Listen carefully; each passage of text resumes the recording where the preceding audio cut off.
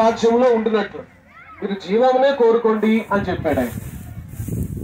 ఎవరు నశించుట ఆయనకి ఇష్టం లేదు. అందుకనే ఇశ్రాయేలు ప్రజలకు ఆయన ఉద్దేశం ఏంటో తెలియచేశాడు. కాబట్టి దేవుడు నిన్ను కూడా పిలుస్తున్నాడు ఈ రోజున.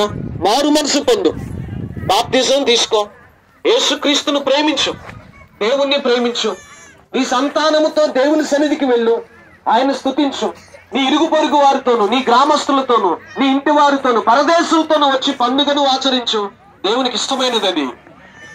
కానీ మారు మనసు లేకుండా మనం ఎన్ని చేసినా అది ఏమాత్రం మనకి ప్రయోజనం లేదు. ఎప్పటికైనా మనం మారు మనసు పొందుదాం. మన జీవితం గ్యారెంటీ లేని జీవితం. రేపటి రోజు నేను బాప్తిజం పొందుకుంటాలే, ఇది వయసు కాదులే, ఇది మంచి రోజు కాదులే అని వాయిదాలు వేయకండి.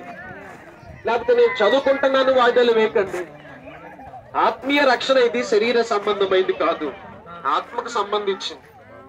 నీ ఆత్మను నీవు రక్షించుకోవడానికి, నీ ప్రాణాన్ని కాపాడుకోవడానికి, నీ కుటుంబాన్ని ఆశీర్వాదకరంగా నడిపించుకోవడానికి ఆత్మ సంబంధమైనటువంటి జీవము ఇది.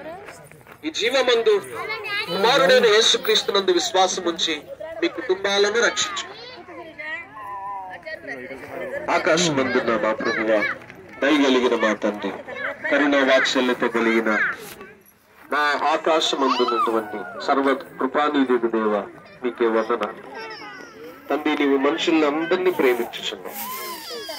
అందుకొరకు నీ కుమారుడైన యేసుక్రీస్తుని మా కొరకు అనుగ్రహించావు. ఇదిగో దేవుడు లోకమును ఎంతో ప్రేమించి కాగా అద్వితీయ సత్యదేవునిగా పుట్టిన వాని యందు విశ్వాసముంచు ప్రతివాడును నశింపక నిత్య జీవము పొందినట్లు ఆయనను అనుగ్రహించనని నీ వాక్యం సెలవిస్తాం.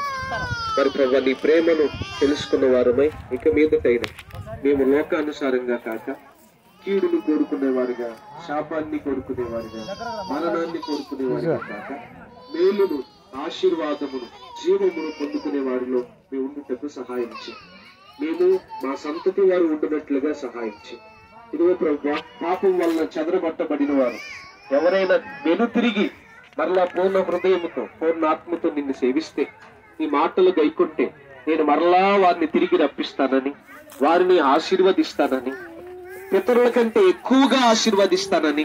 అయితే వారు ఆశీర్వదించబడిన తర్వాత మారు మనసును, బాప్తిజం తీసుకోవాలని వాక్యం ద్వారా మాతో మాట్లాడు.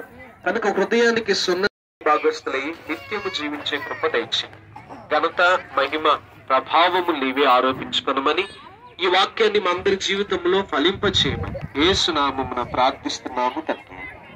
ఆమేన్.